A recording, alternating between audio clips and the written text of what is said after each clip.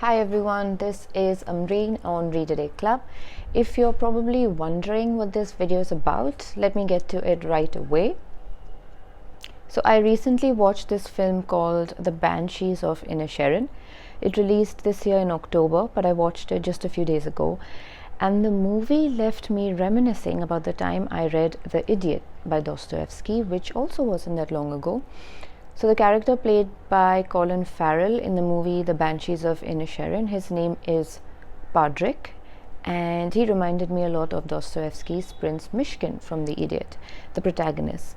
I couldn't help but see so many similarities between the two, so I decided to dedicate a whole video to it. Okay, so let me lay out the context for you here. Now, in The Banshees of Inisherin, Padraig, now this is an Irish name, so it's probably pronounced as Porrick. I think I'm butchering the Irish accent. So anyway, I'm going to say Padraig.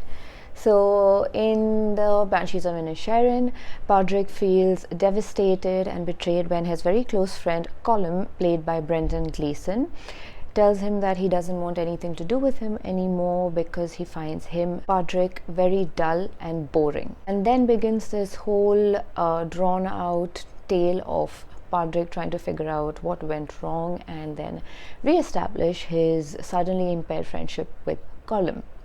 And this very resolve of Padraig is what reminded me of Dostoevsky's Prince Myshkin from The Idiot.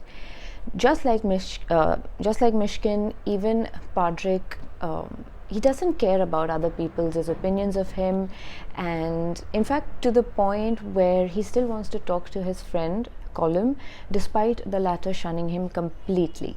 Okay, and Padraig's innocence and naivety are on the same ground as that of Prince Myshkin's, in the sense that both are very open, both are very frank about what they want to do, what they think, and they make it a point to be heard despite objections. Padraig actually seems like a very nice person and he's very good-hearted, just like Prince Myshkin. In a sense, both characters sort of represent the image of an ideal Christian boy.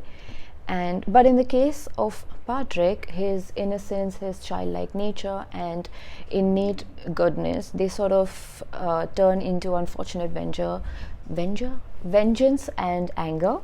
In the movie, it's the storyteller's way of putting across the message of how virtue can turn into violence when the former is tested to its limits.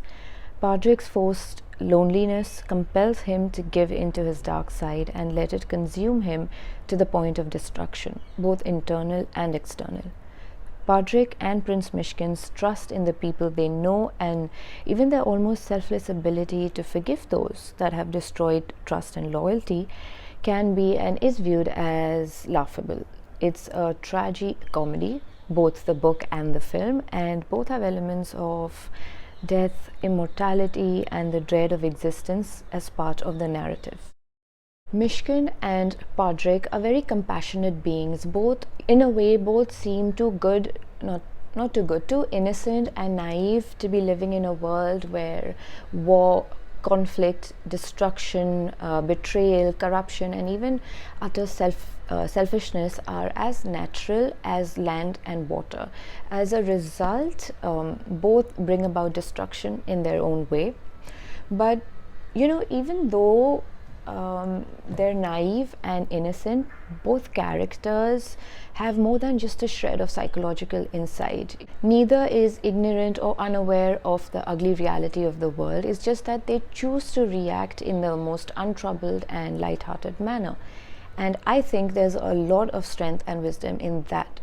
But the consequence of so much isolation and desperation, in a way, it sort of reveals their vulnerability, and that's when devastation occurs. And finally, the director of the film, McDonagh, and the writer of the novel, Dostoevsky, both have given us secondary or minor characters that sort of heighten the comedy of tragedy.